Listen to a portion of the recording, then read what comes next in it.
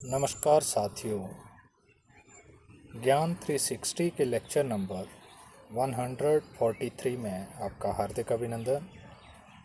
साथियों, मेरा आज का विषय है फर्स्ट लॉ ऑफ थर्मोडायनेमिक्स। साथियों, इस लॉ को हम law of conservation of energy भी बोलते हैं। और law of conservation of energy क्या कहती है कि एनर्जी जो है वो ना तो पैदा होती है ना ख़त्म होती है, ये सिर्फ एक रूप से दूसरे रूप में परिवर्तित हो जाती है।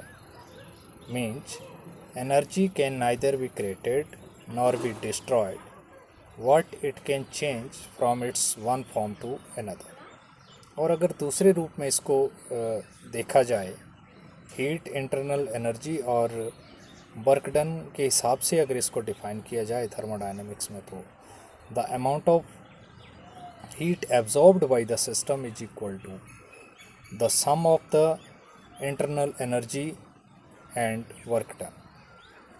That is, heat is equal to internal energy plus work done. अब इसको अगर थोड़ा सा जो है एग्जाम्पल से समझा जाए, तो मान लीजिए हमने खाना खाया तो उसमें रासायनिक क्रिया हुई, वो भोजन पचा, उससे हमें ऊर्जा मिली और उस ऊर्जा के कारण हम चल फिर पा रहे हैं, हम काम कर पा रहे हैं और हमारी बॉडी को उससे हीट भी मिली, हमारे बॉडी का तापमान जो है वो मेंटेन होगा। तो ये क्या हुआ, मतलब सिंपली अगर इसको देखा जाए तो उस खाने ने क्या किया कि उसको कन्वर्ट कर दिया। एक जो खाने के अंदर ऊर्जा थी, रासायनिक ऊर्जा, वो उधर मैकेनिकल एनर्जी में और हीट में कन्वर्ट हो गई। तो यही law of conservation of energy है, फर्स्ट लॉ ऑफ थर्मोडायनेमिक्स है कि हम जो भी करते हैं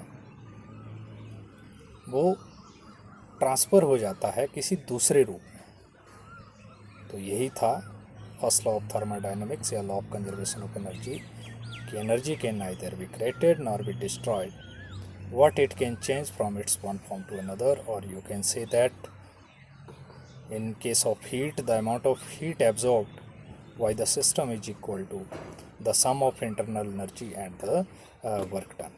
तो ये था मेरा आज का विषय। ज़रूर आपको थोड़ा बहुत समझ आया होगा। कल फिर से एक नए विषय के साथ आपसे रूबरू होऊंगा। तब तक के लिए नमस्कार, राधे राधे।